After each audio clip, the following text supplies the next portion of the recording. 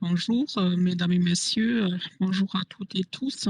Merci d'être avec nous pour cet événement très important. Merci d'avoir organisé cette session sur les identités numériques. Nous sommes très contents d'accueillir un panel d'experts fortement compétents aujourd'hui. Je voudrais donner la parole aux discutants, aux participants de discussion pour se présenter. Peut-être vous allez également partager quelques idées pour la discussion d'aujourd'hui. Nous commençons par Juan Randy.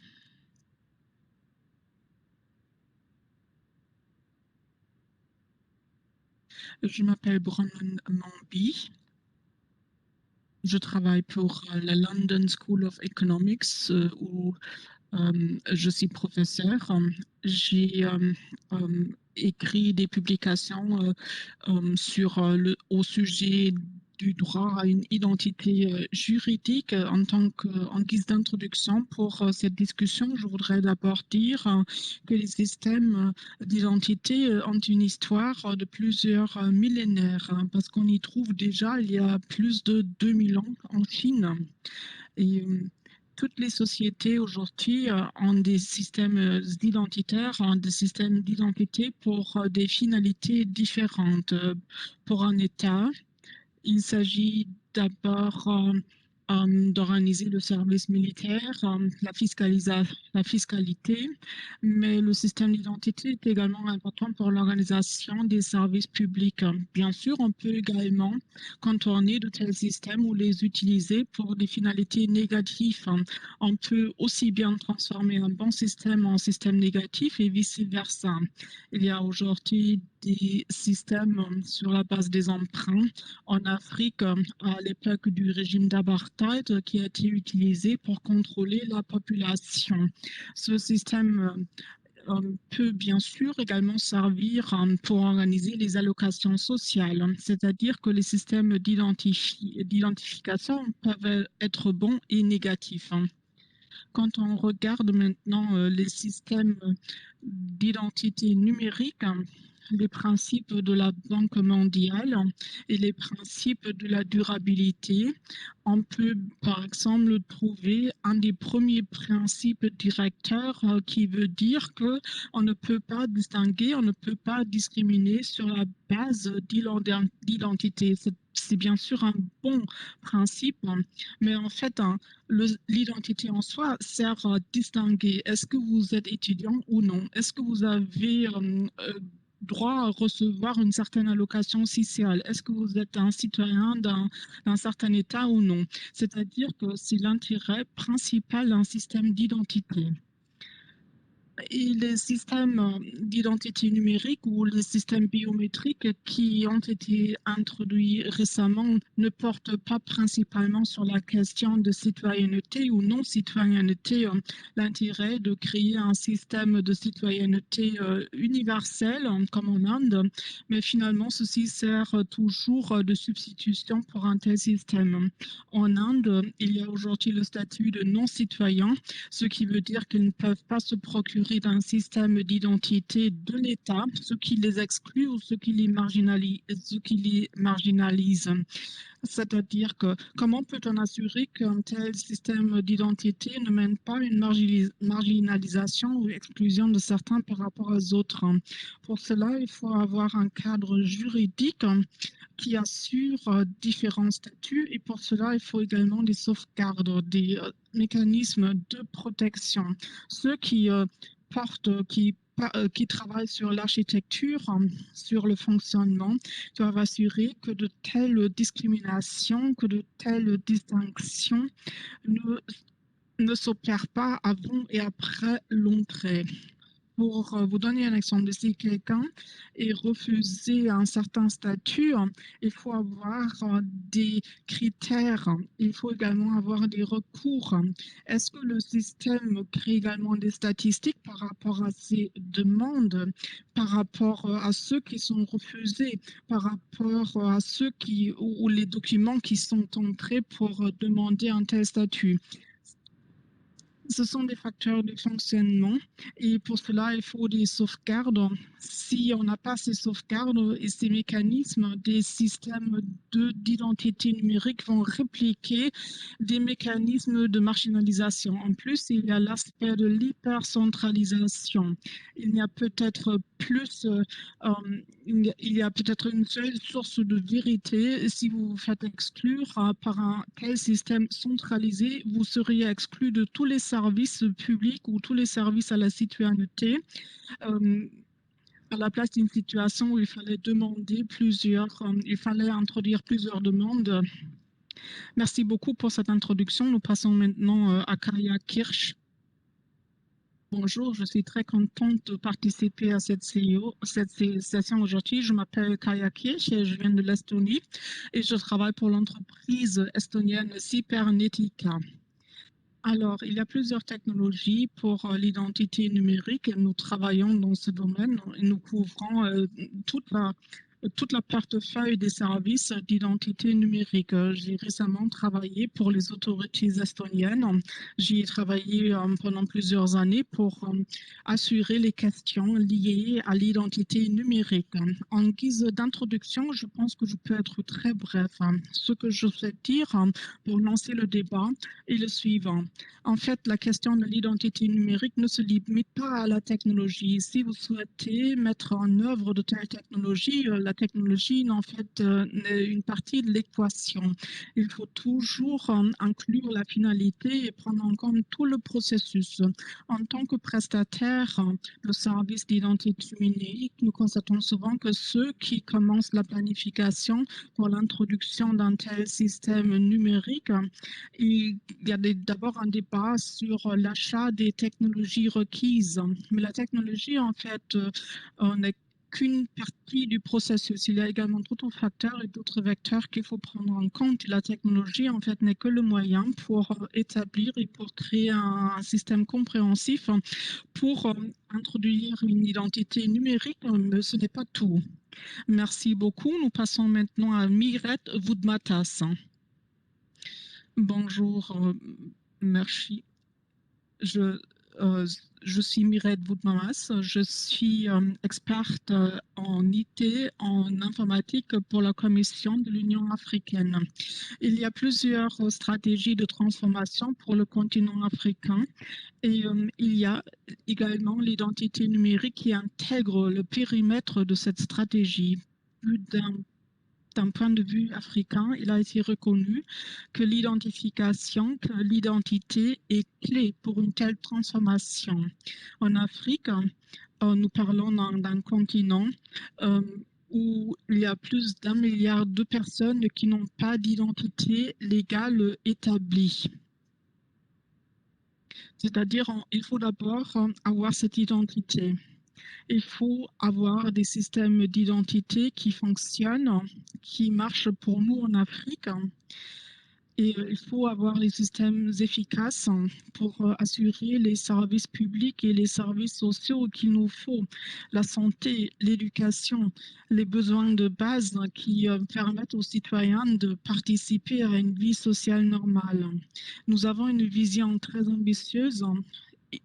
Nous souhaitons avoir une identité légale pour tous les citoyens et toutes les citoyennes. Mais comment y arriver? Nous parlons pour l'instant également d'un espace de libre-échange en Afrique. Nous parlons également d'un marché unique numérique en Afrique. Mais pour tout cela, il faut d'abord avoir une identité comme préalable afin de participer de manière utile. Il faut avoir cette identité numérique. Oui, la technologie peut être à notre service. La technologie peut nous aider de surmonter quelques désavantages liés à l'identité traditionnelle. De notre point de départ, nous ne sommes pas en mesure de même proposer ces cartes d'identité fondamentales et basiques. Si on fait un usage utile de ces technologies, elles peuvent être à notre service. Mais il faut tirer les leçons du passé et d'abord analyser pourquoi nous ne sommes pas parvenus à proposer ces identités traditionnelles à tout le monde. Il faut également prendre la perspective des utilisateurs pour s'interroger sur les besoins, les finalités. C'est-à-dire, il y a des difficultés qu'il faut surmonter, il y a des défis à relever.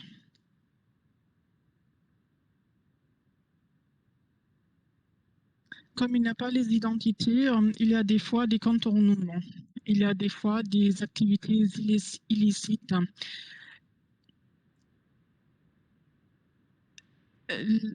La carte d'identité numérique n'est pas sans risque non plus. C'est ce qu'il faut savoir. Il faut se rendre compte des risques, des inconvénients.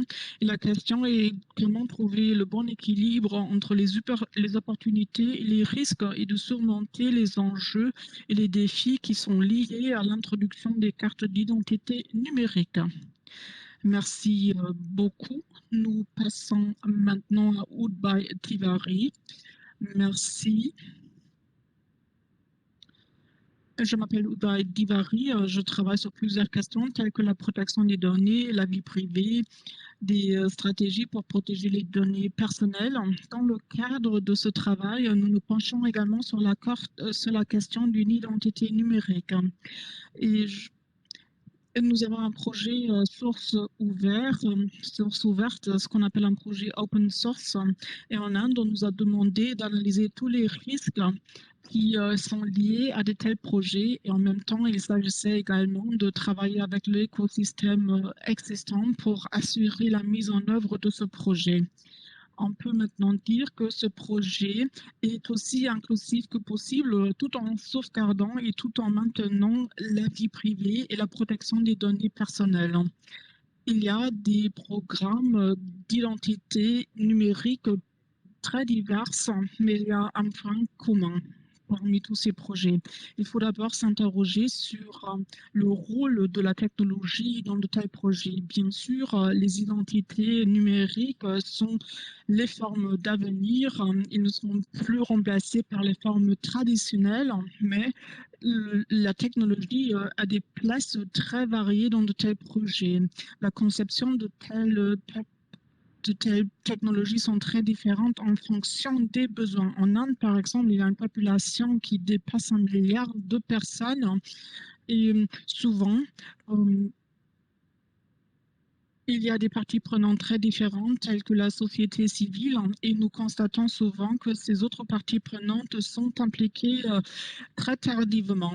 Et c'est-à-dire que au moment de la conception de telles technologies, des parties prenantes importantes telles que la société civile ne sont pas impliquées ou ne sont que consultées au moment de lancer de telles technologies.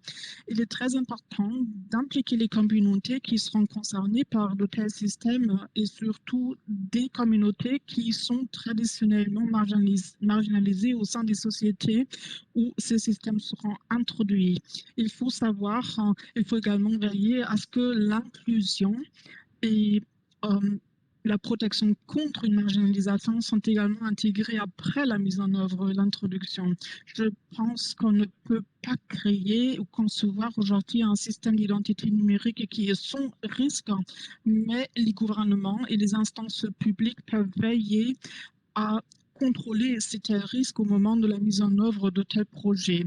Il faut également avoir un cadre juridique dynamique qui permet une adaptation au moment où on découvre des défauts, des lacunes.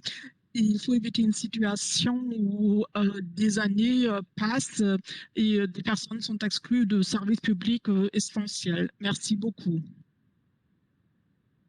Yassa Moussa, vous pouvez vous présenter pour votre discours d'introduction. Bonjour à tous et à toutes. Je m'appelle Yassa Moussa.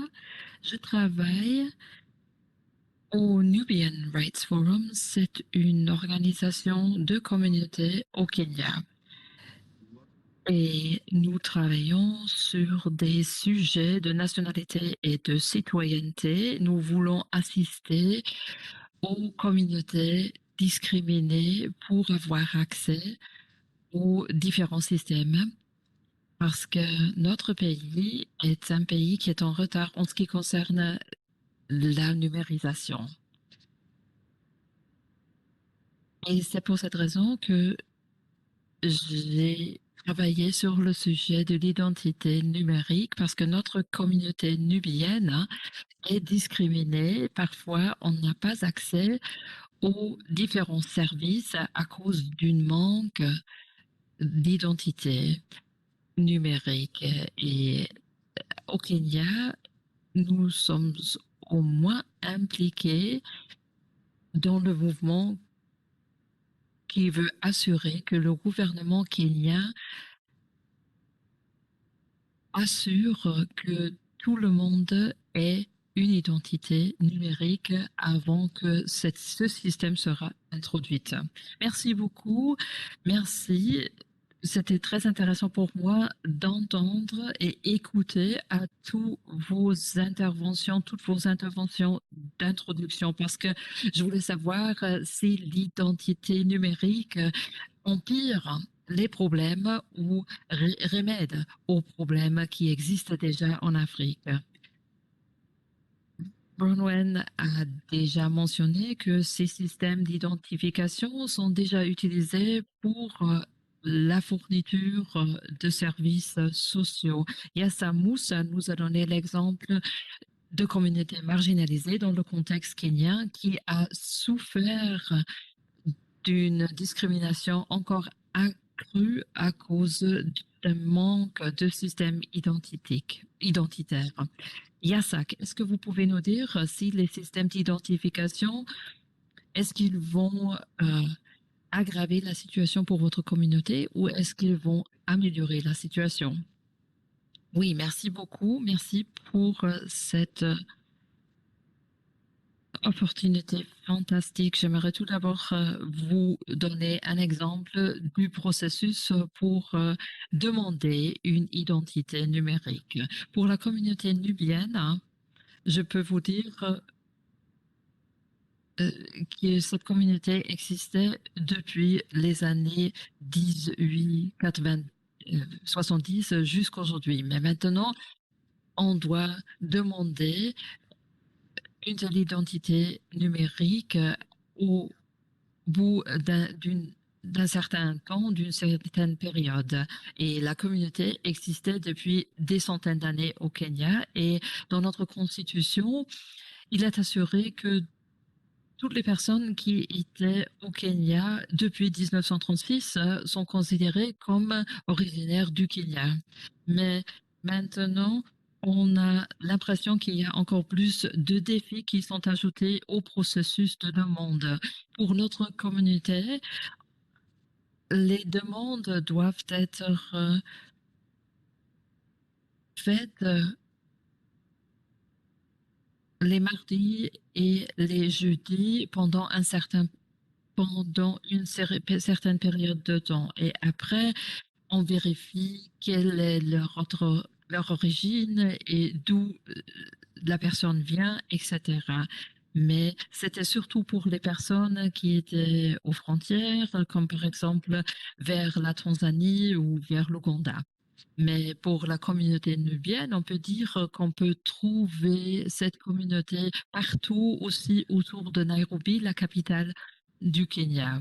Mais ces personnes aussi doivent également subir ce processus de contrôle et vérification nationale qui dure entre 3 et 6 mois. Après, il y a encore une étape. Il y a des personnes aux autorités de sécurité nationale pour l'enregistrement et ce processus n'a pas un délai pour poser la demande. Parfois, on peut être appelé pendant la période d'un an. Nous avons l'exemple d'une femme qui a fait sa demande il y a un an, mais ce processus n'a jamais été finalisé. C'est-à-dire c'est une discrimination qui est continue et qui a également marginalisé la communauté nubienne. Il y a beaucoup de membres de cette communauté qui ne peuvent pas avoir accès aux services, qui ne sont pas scolarisés parce que ce processus de demande est un défi. En 2016, le gouvernement a également introduit un système de scolarisation nationale. Pour avoir une place à l'école, il faut avoir un certificat qui est lié à l'identité. C'est-à-dire ce processus est toujours un défi pour la communauté parce que on ne peut pas avoir un accès aux demandes d'identification pour les personnes âgées. l'accès à l'identification et l'identité doit implique également un certificat de naissance de la part des parents pour un enfant et d'autres données et d'autres titres d'information. Mais pour la communauté nubienne, c'est parfois très difficile parce que parfois les parents ne peuvent pas avoir un tel certificat. Et il y a d'autres défis qui existent pour notre communauté parce que on ne peut pas avoir accès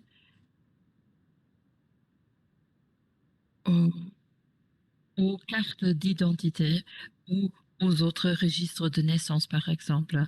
Et depuis 2018, on a vu beaucoup d'autres défis et le gouvernement kenyan doit s'en occuper avant d'introduire cette identification numérique. Par exemple, il n'y avait pas eu des exceptions pour les différentes communautés, il n'y a pas eu de discussion vers ou dans parmi le public.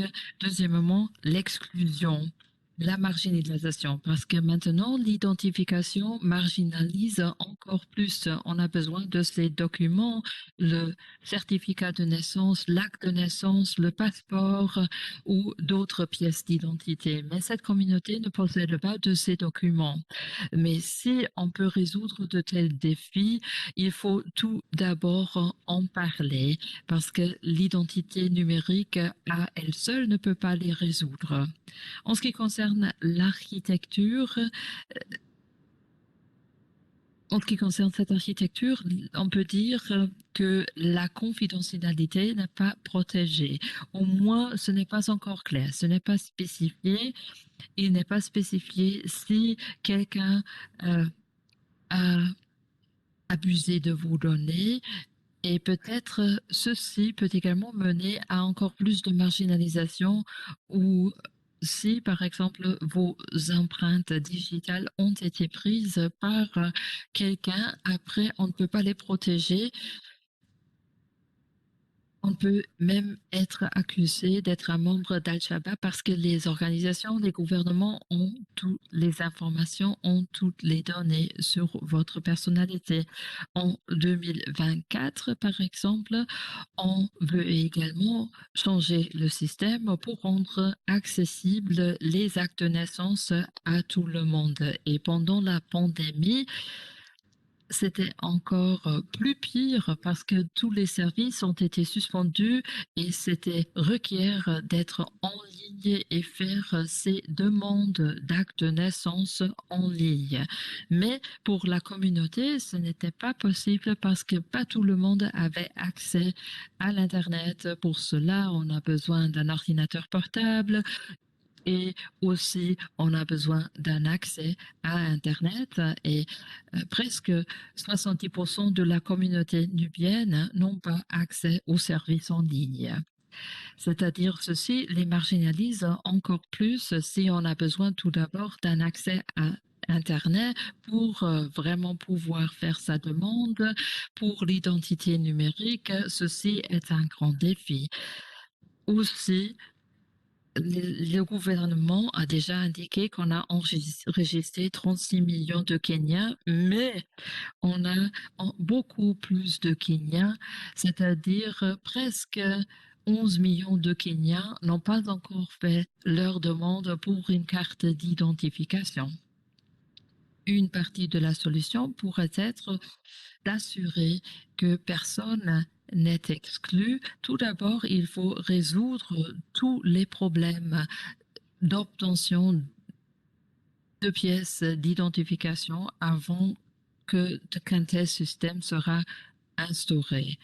Aussi, il y a encore une législation qui va être passée, mais si cette législation est passée, ça sera obligatoire de se procurer d'un tel acte de naissance, une telle carte d'identification et ceci doit être assuré par le gouvernement kenyan. Ce que nous voulons est que le gouvernement fait en sorte que la marginalisation de notre communauté soit exclue et pour faire en sorte que tout le monde peut demander accès aux actes de naissance. Si cette exclusion ne peut pas être prévenue,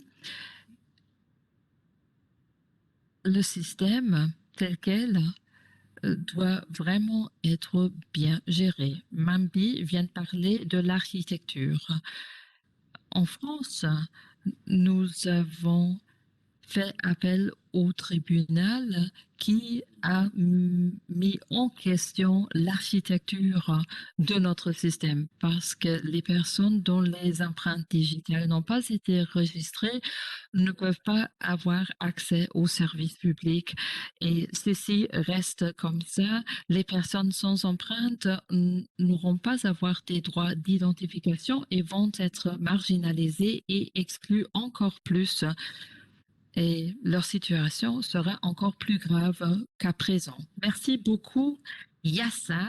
Je crois que Bronwyn, euh, on a déjà parlé, vous avez déjà parlé, Bronwyn, de, euh, des problèmes sociaux, mais si il y a des personnes qui sont des non-citoyens d'un certain État, comme par exemple la communauté nubienne au Kenya, on a l'impression que la situation sera encore aggravée. Et Takaya a également parlé du fait qu'on devrait assurer qu'il ne s'agissait pas uniquement de la technologie. Mais tout d'abord, Bronwen, est-ce que vous pouvez nous dire comment la situation se présente? Je crois que Yassa Moussa l'avait déjà très décrit de façon très détaillée comment le système va tout simplement reproduire euh, le système qui existe pour le moment. C'est-à-dire là, son organisation a également essayé de promouvoir et de soutenir les droits de la communauté. Par le passé, il y a eu un système biométrique, mais après, il y avait un changement de la législation et la fin du système d'apartheid. Si le système aurait été introduit avant, ceci aurait exacerbé l'exclusion de certaines communautés. Mais après, ce système est devenu plus inclusif à cause d'une modification, d'un amendement de la législation. Il y avait également eu la volonté politique pour changer ce système. Bien sûr, il y a beaucoup de problèmes d'exclusion, surtout en ce qui concerne les personnes non étatiques, mais ce que je crois euh, est qu'il y a eu un grand débat sur l'introduction des systèmes biométriques comme si les problèmes seraient résolus de façon magique, mais il faut y avoir un effort. La législation devrait être changée, surtout en ce qui concerne la citoyenneté. Et on pourrait dire alors que les personnes qui n'ont pas encore une nationalité doivent devenir des originaires de l'État où ils résident pour le moment. Il faut également savoir ce que le système numérique d'identification fait à ceux qui posent leur candidature, qui font leur demande, mais qui n'ont pas des documents qui sont requis. Comme par exemple, quand on est nubien, mais on n'a pas d'acte de naissance ou on n'a pas accès aux informations, surtout en ce qui concerne les parents, les grands-parents. Et si on n'a pas accès à ces informations, on peut être exclu. On pourrait dire si quelqu'un n'a pas un acte de naissance, on ne va pas être enregistré ou on pourrait leur donner une certaine date de naissance, etc., etc. Mais si ceci n'est pas inclus dans le processus, ça ne va pas se produire de façon magique. Là, il nous faut une réforme de la législation, c'est-à-dire l'introduction du système d'identification numérique pose également des risques, comme par exemple de créer des communautés qui n'ont pas une nationalité. Et j'aimerais également poser une question. Soit les communautés nubiennes disent kenyanes, qu'elles sont kenyanes, mais qui vivent dans une situation qui est différente par rapport aux autres Kenyans.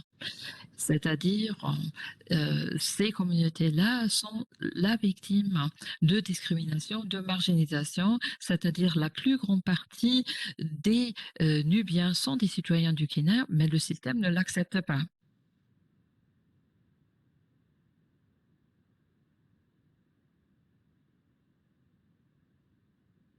Oui, merci, Kaya. Vous disiez tout à l'heure que la technologie a des limites. La technologie ne fait qu'une partie de l'équation. Alors, je voudrais maintenant me tourner à notre collègue Oudouaï et je voudrais savoir où on en était. Et Mirette, je voudrais connaître votre point de vue en tant que représentant de la Commission de l'Union africaine. Mais je commence par Kaya qui disait que la technologie connaît des limites. Nous avons entendu parler des différents problèmes et des enjeux à relever. Il y a plein de possibilités technologiques pour résoudre ces problèmes, mais en défaut de procédures appropriées, ces opportunités technologiques peuvent créer de nouveaux problèmes. Quand je parle de bonnes procédures, je veux dire qu'il faut assurer que des technologies soient inclusives. Vous avez parlé des identités biométriques et on peut faire des usages différents des technologies biométriques. On peut identifier les personnes moyennant leur empreinte, mais également on peut y avoir la reconnaissance de visage.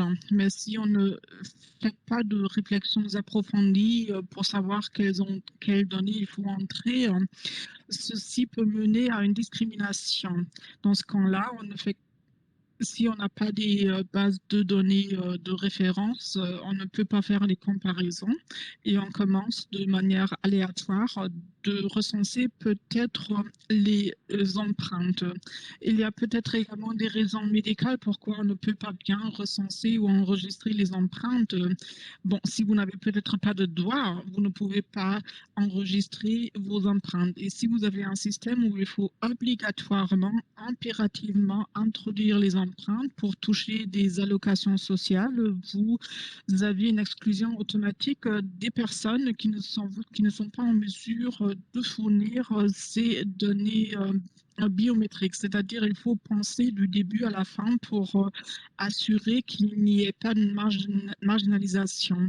Brownway disait qu'il y a des fois l'aspiration que l'identité numérique va de manière miraculeuse résoudre tous les problèmes qu'on a connus avec l'identité traditionnelle. Je ne peux que me rallier à ces propos. Nous avons en fait constaté souvent que des fois, quand on met ce mot magique numérique, on a l'impression que ce système est de manière miraculeuse plus performant et supérieur au système antérieur qui était sur papier. Mais on garde les mêmes problèmes parce que, en fait, tout système d'identité numérique est basé sur un bon système de gouvernance. Si vous avez des problèmes de gestion, l'identité numérique peut peut-être résoudre ce problème, mais dans ce cas-là, il faut bien sûr également avoir un bon système de gouvernance et de gestion de l'identité numérique qui soit inclusif, c'est-à-dire qu'un système numérique n'est pas magique, il ne peut pas miraculeusement résoudre les problèmes d'office. De toute façon, l'identité numérique doit d'abord répondre à la question de la finalité. Quel est l'intérêt, quel est le contenu de l'identité numérique? Je viens de l'Estonie et quand les Estoniens parlent de leur identité numérique, en fait, nous parlons d'un système de carte d'identité. Il y a un jeu de données minimum qui vous permet l'accès à certains services publics ou certaines prestations sociales. Quand je souhaite avoir accès à mon dossier médical ou si mon un médecin veut accéder à mon dossier médical, je vais me connecter au système à l'aide de ma carte d'identité et puis je peux trouver le reste de mes données dans le système. Mais pour d'autres pays, l'identité numérique veut dire autre chose, c'est-à-dire qu'il y a peut-être des données numériques dans un système sans qu'il y ait forcément une carte d'identité numérique. C'est-à-dire la définition peut varier en fonction du pays. Il y a des compréhensions très variées des 2 mots identité et numérique, hein. Pour les Estoniens, c'est tout simplement la porte d'entrée, pour accéder d'autres données qui sont bien sécurisées, c'est-à-dire l'accès à une base de données, sécurisée. Pour d'autres, ce sont peut-être les données, médicales, dématérialisées, ce sont peut-être des paiements, mon statut de citoyenneté et c'est un point important qu'il faut relever. Les concepts sont différents. Quand on crée un tel système d'identité numérique, nous n'avons peut-être pas forcément la même compréhension. Quand on parle d'une identité, numérique, la définition peut varier en fonction du pays, du ressentissant. Mais je suis complètement d'accord sur le principe que le fait en soi d'avoir une identité numérique ne résout pas des problèmes, mais on peut assurer que dans le cadre d'un projet de création d'identité numérique, on peut également résoudre les autres problèmes parce que cela nécessite toujours une bonne gouvernance et une bonne gestion. Super, Udbay. Vous avez parlé d'un projet et de sa mise en œuvre. Est-ce que vous avez constaté que ce problème a en fait exacerbé la situation ou est-ce que vous avez pu relever les défis? Je pense que la mise en œuvre d'un tel projet numérique peut en fait identifier les projets. Souvent, il y a également des problèmes qui soient complètement hypothétiques.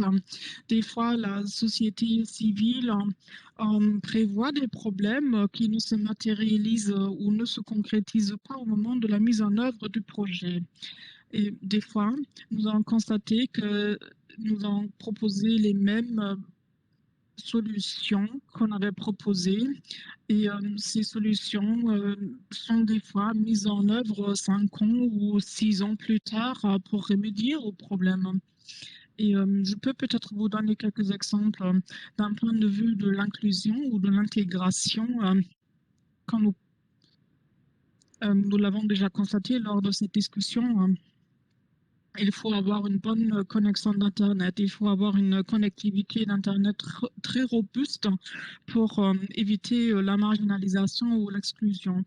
Et dans des régions rurales en Inde, ceci n'est pas toujours donné.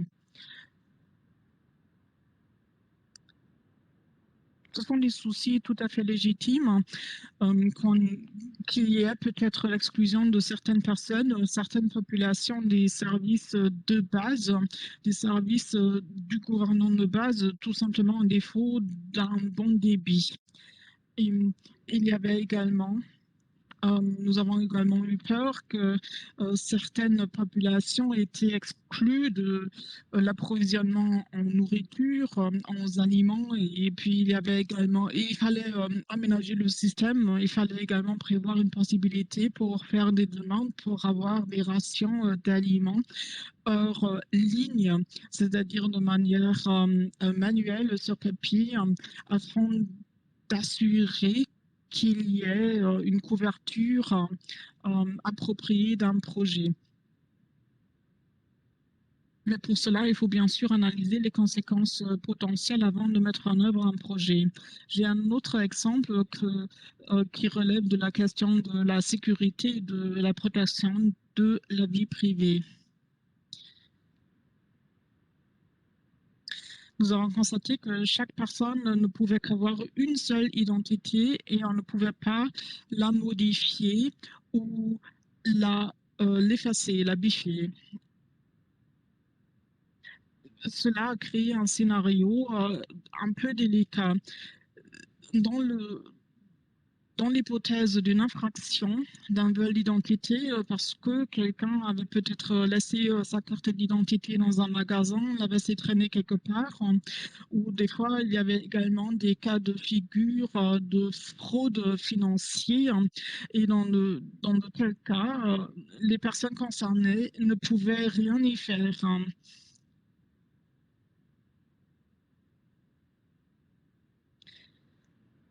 C'est l'équivalent de mettre une photo de votre carte de crédit, le recto et verso sur Internet et de ne pas avoir vraiment une analyse en cas d'infraction. Euh, D'ailleurs, ce système n'a pas vraiment changé en Inde, mais il y a 3 ans ou 4 ans, après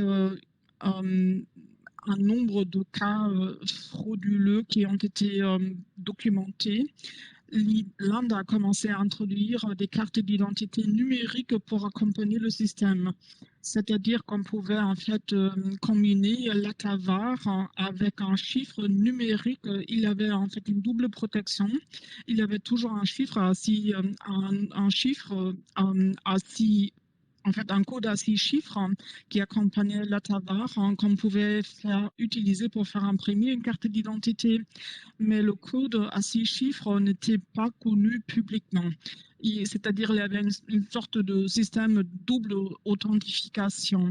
Et je pense que c'est plus difficile de pirater un tel système. Et il y a une agence qui gère ce système, qui assure donc la protection. C'est-à-dire, ce sont des solutions qui se font des fois facilement. Ce ne sont pas forcément des technologies disruptives. Il ne faut pas des changements technologiques radicaux pour introduire de tels systèmes, mais cela peut remédier aux défauts d'un système qu'il connaît peut-être au début. Et tout ce que nous venons de dire est qu'au lieu d'essayer de traiter ces problèmes a posteriori,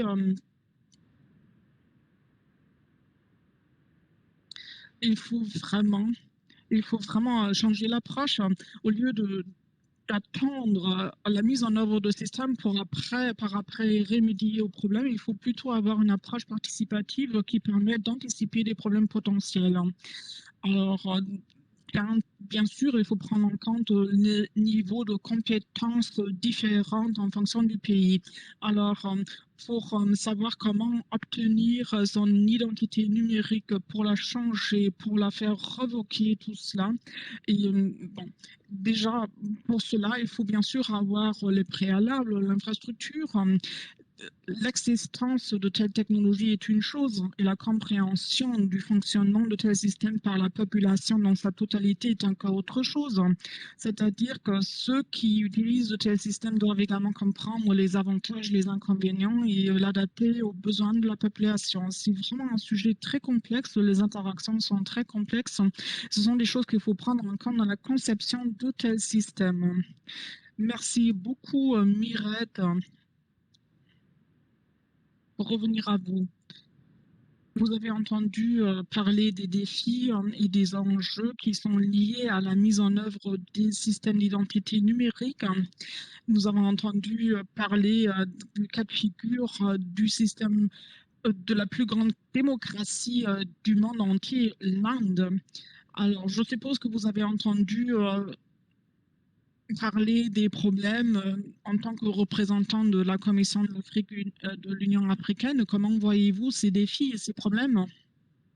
Merci. Ce sont des problèmes pratiques, ce sont des expériences de la vraie vie, de la vie quotidienne. C'est toujours très important de s'inspirer des expériences des uns et des autres.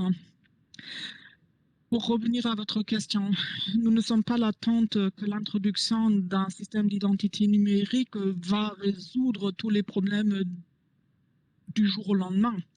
Mais un tel système numérique ne peut pas fonctionner dans un vide. Il faut l'infrastructure qui va avec, il faut les compétences, les qualifications, il faut un cadre juridique correspondant et efficace. Il faut avoir des stratégies, des politiques qui soutiennent un tel système. Il faut régler tous ces aspects avant de même penser à la mise en œuvre d'un tel projet pour l'introduction d'un système d'identité numérique. Il y a toujours les deux côtés. Nous sommes aujourd'hui dans une situation où presque la moitié de la population n'a aucune sorte d'identité. Je parle du continent africain. Et dans la situation actuelle, comment peut-on remédier à ce problème? Comment peut-on résoudre ce problème que presque presque la moitié de la population n'a pas d'identité du tout? Comment peut-on élargir ou comment peut-on élargir notre système d'identité traditionnel pour couvrir cette partie de la population? Nous savons que ceci se fera difficilement et les systèmes numériques peuvent nous servir à élargir le périmètre de personnes qui ont d'identité numérique ou d'identité du tout. Nous pouvons toujours apprendre l'expérience estonienne de l'Inde, nous pouvons bien sûr nous inspirer des exemples, mais il nous faut utiliser les technologies qui sont disponibles pour résoudre les problèmes urgents que nous connaissons aujourd'hui. Je pense que la technologie peut nous servir, peut nous aider, et puis il faut penser de manière très large pour trouver la meilleure solution qui soit. Nous parlons aujourd'hui de la création d'un espace de libre-échange et nous pensons que cet espace de libre-échange nous donnera beaucoup d'avantages. Mais si nous n'avons pas d'identité, comment alors profiter de la libre circulation pour de pouvoir passer d'un pays à l'autre pour profiter pleinement de cet espace de libre circulation et de libre-échange? Cette technologie doit nous servir pour résoudre ces problèmes urgents. Bien sûr, il faut comprendre les problèmes et les défis qui viendront éventuellement avec. Il faut équilibrer les différents enjeux. Il faut trouver le bon équilibre. Il faut être très clair pour avoir une solution pragmatique et efficace. Nous savons très bien que les problèmes ne seront pas résolus du jour au lendemain. Il nous faudra une feuille de route. Il faut bien sûr également assurer la prise de conscience de nos États membres. Et nous savons que les technologies ne peuvent pas résoudre miraculeusement les problèmes. Il y a une multitude de systèmes technologiques qui sont proposés aujourd'hui. Il ne faut pas accepter n'importe quelle solution ou technologie. Il faut l'adapter à nos besoins et c'est un travail à effectuer à l'interne. Nous ne pouvons pas nous faire imposer une solution par l'extérieur, mais nous devons analyser le potentiel tout en comprenant les avantages et les risques liés aux technologies. Merci. Il semble qu'il y a un consensus sur le fait qu'il faut y avoir certains éléments qui sont mis en œuvre avant que l'identité numérique puisse fonctionner. Je peux demander à Bronwyn de gérer un peu la discussion. Comment est-ce que nous pouvons créer des systèmes d'identification numérique qui ne sont pas exclusifs et marginalisants? Tout d'abord, je dirais que nous devons commencer par le problème. Nous devons identifier quel est le problème que nous voulons résoudre. Et en identifiant ce problème, nous pouvons après décider que sera le meilleur système pour ce pays, quels seront les composants que nous devons développer pour ce système. Mais tout d'abord, il faut avoir l'identification, nous devons analyser quels sont les problèmes que nous voulons résoudre. Et pour créer un système inclusif d'identification numérique, nous pouvons également penser à ce que peut échouer. Un risque, par exemple, d'un tel système est que ce système n'est pas inclusif. Et le deuxième risque pourrait être la fraude, c'est-à-dire si nous créons un système qui ne se concentre pas sur le fait qu'on assure que nous ne savons pas qui est la personne exactement dont nous avons cette identité numérique, nous pouvons également encourager fraude avec ce système parce que quelqu'un peut utiliser mon identité numérique, peut dire que cette personne s'appelle Kaliakir et voulait faire la transaction suivante et moi, en tant que citoyenne, j'aurais des problèmes immenses à cause de cette utilisation frauduleuse. C'est-à-dire, c'est un élément auquel on doit penser dans la création d'un tel système. Comment est-ce qu'on peut prévenir une telle utilisation frauduleuse? Il faut d'abord définir quels sont les objectifs. Un objectif pourrait être quand j'utilise mon identité numérique, je veux prouver à quel qu'il se soit qui je suis. Mais il y a d'autres aspects qui sont également importants. Personne d'autre pourrait être dans la position ou en mesure de prétendre d'être moi. Pour cela, il faut assurer que ce sont des personnes individuelles qui soient capables d'utiliser cette identité numérique, cette technologie et essayer de bloquer d'autres personnes d'utiliser cette identité numérique de quelqu'un d'autre. C'est un élément très important. Troisième point, quand je crée une identité numérique, il faut vraiment songer à la société dans laquelle ce système se trouve. En Estonie, on a parlé par exemple avec de différents pays. On voulait également avoir dans ces pays-là un système d'identification numérique. Il y a quelques clients qui disent nous ne voulons pas avoir les systèmes biométriques, ils ne veulent pas le faire. Il y a d'autres clients et qui veulent avoir précisément ce que l'Estonie a introduit en tant que système. Et nous recommandons d'être quelque part au milieu. Il faut savoir quel est le système le plus confortable pour la société parce que la gestion d'identité numérique peut être différente dans différents pays.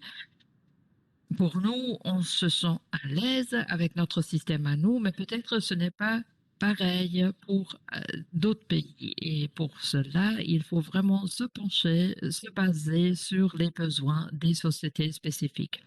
En Estonie, par exemple, nous avons un code d'identité avec 7 chiffres qui est toujours attaché à une certaine personne et qui est le même code pendant tout au long de la vie. C'est le même code qu'on n'utilise pas tout dans les services sociaux, publics, c'est normal pour notre société. Mais en Allemagne, par exemple, c'est différent. En Allemagne, on ne va pas avoir un tel code d'identification parce qu'on ne se sent mal à l'aise avec un chiffre, un numéro qui est attaché à une personne. Mais c'est pas un problème. On peut avoir un système numérique d'identification numérique, même si ce système sera différemment créé. Il y a alors des systèmes qui sont appropriés pour une société ou un pays, mais pas pour un autre. C'est-à-dire chaque société doit avoir sa solution à elle pour résoudre les problèmes qu'on a dans cette société spécifique. Kaya, tu peux me corriger, mais est-ce que c'est correct que l'Estonie n'utilise pas de la biométrie, les données biométriques dans votre système d'identification? Oui, on utilise cela pour l'enregistrement, mais pas pour l'authentification. C'est-à-dire quand nous créons les passeports, nous avons des données biométriques, on l'a aussi sur le chip, sur le passeport, mais on ne l'a pas pour l'identification, pour l'authentification. Les passeports sont utilisés pour le voyage parce que là, il faut être en ligne avec les autres règlements dans les autres pays, comme par exemple pour les portes d'embarquement. Mais pour l'identification, nous avons des solutions cryptographiques que nous utilisons pour l'identification et l'authentification sur des sites numériques. Yassa, est-ce que vous voyez en tant que potentiel pour la mise en œuvre de d'identités numériques qui sont inclusifs? Quels sont les systèmes et les éléments duquel ce système devrait être composé? Je crois que pour le moment, le gouvernement doit vraiment mettre en œuvre toutes les lois qui existent déjà. Par le passé, le gouvernement a assuré que toutes les lignes directrices de sauvegarde et de garantie vont être mises en œuvre pour protéger les citoyens et citoyennes. Et il faut également décentraliser le système. Pour le moment, le système est centralisé. S'il y a eu un fraude de données, il faut vraiment aller jusqu'au centre, à la capitale. C'est pareil pour les passeports. La nation entière ne peut faire une demande de passeport aux grandes villes, à Nairobi, au Mombasa. Et nous devons vraiment créer un système qui est inclusif pour assurer qu'on ne doit pas quitter la région rurale pour faire la demande de passeport. Presque 45% de la population kenyane peut avoir accès à Internet. C'est-à-dire 55% ne peuvent même pas utiliser cette identité numérique parce que pour cela, il vous faut de l'électricité, un accès en ligne pour profiter de ces services. Il faut tout d'abord assurer que ce système est inclusif, qu'il y a une couverture en ligne dans le pays entier pour ne pas devoir voyager et faire le trajet à la capitale. Pour le moment, le processus pour faire la demande pour un acte de naissance, les personnes doivent vraiment se déplacer pour beaucoup de kilomètres pour faire cette demande. La situation actuelle est qu'il faut faire le voyage. Pour cela, il faut avoir beaucoup de ressources qu'on déploie tout d'abord pour avoir accès à un acte de naissance. Et après, on a besoin de cet acte de naissance pour faire la demande, pour demander une identité numérique. En plus, les communautés apatrides, comme par exemple les communautés nubiennes, doivent avoir accès à tous les documents pour pouvoir demander une telle identité numérique. Nous voyons que presque 5 dollars, c'est le frais pour une telle demande, mais les Kenyans, normalement, ont moins que 5 dollars, c'est-à-dire on a besoin de beaucoup d'argent pour récupérer une telle carte qui a été perdue, par exemple. Il faut peut-être s'imprenter cet argent pour pouvoir répondre à mes besoins, les besoins que normalement seraient de la nourriture, etc., etc. Et pour le moment, les enfants reçoivent une telle carte d'identité à l'âge de 6 ans. Parfois, on ne sait pas même quelle est, euh, comment on peut vraiment le faire parce que les enfants vont perdre les cartes d'identité. Normalement, les enfants perdent eux-mêmes autre chose comme par exemple l'argent qu'on leur donne. Avant, les cartes étaient discriminatoires, discriminatrices envers certaines communautés, mais pour le moment, l'architecture est pareille. Il faut donner l'identité aux communautés apatrides, mais non seulement aux communautés apatrides, mais aux autres communautés qui ont le risque d'être marginalisées. Nous pouvons également utiliser l'exemple de la situation ougandienne. On utilise en Ouganda l'identification numérique, mais sans la carte numérique, on ne peut pas avoir accès aux soins de santé, aux autres services sociaux. Et l'Ouganda, on ne sait déjà si on n'a pas d'identité numérique, on n'a pas accès à ces services.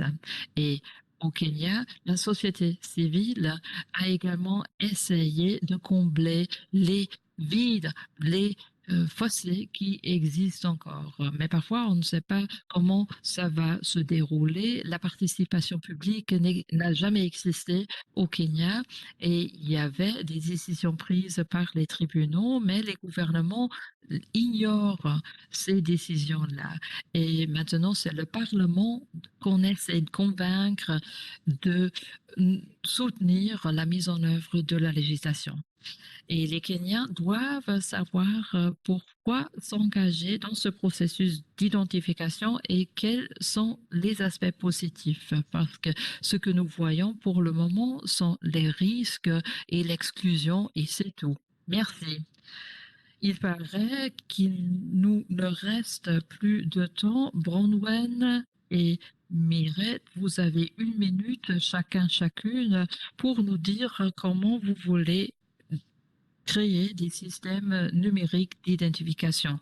Alors, je vais commencer 1 minute. Je vais utiliser la minute pour dire qu'il y a des intérêts divergents et pour cela, il nous faut un contrôle démocratique et aussi, si jamais il y a un contrôle limité, il faut vérifier si un système est non discriminatoire. Bien sûr, il est toujours important de savoir quelles sont les normes internationales, les lois internationales qui existent, de les respecter et de les mettre en œuvre au niveau national. Good bave. Merci. J'aimerais conclure en disant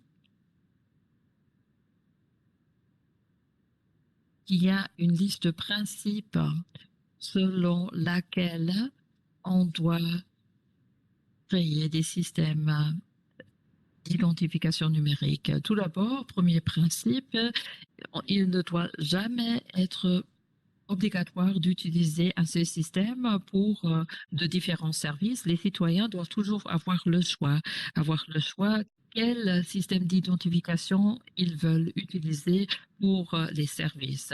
Deuxièmement, décentralisation.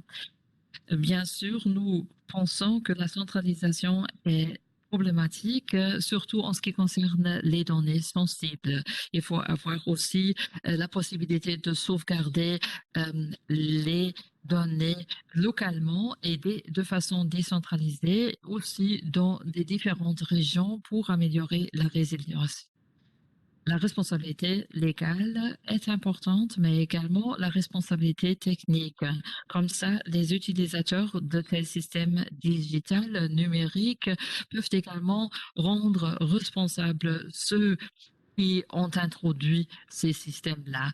Par exemple, dans le cas euh, de faute ou de fraude, il faut assurer que la responsabilité existe et inclusion, participation sont les derniers deux principes. J'en ai déjà parlé. Inclusion pour vraiment ne pas discriminer les personnes du départ de la création.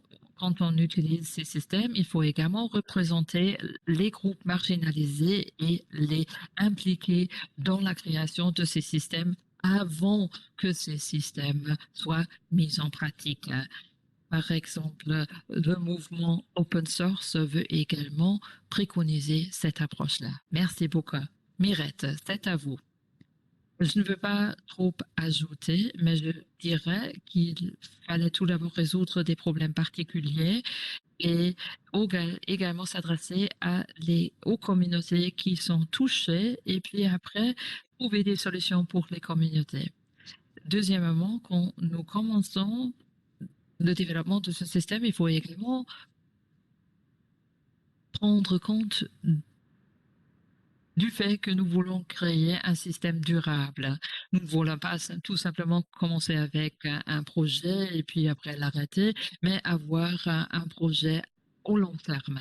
Et après, nous pouvons aussi commencer avec un petit projet et après le mettre à l'échelle.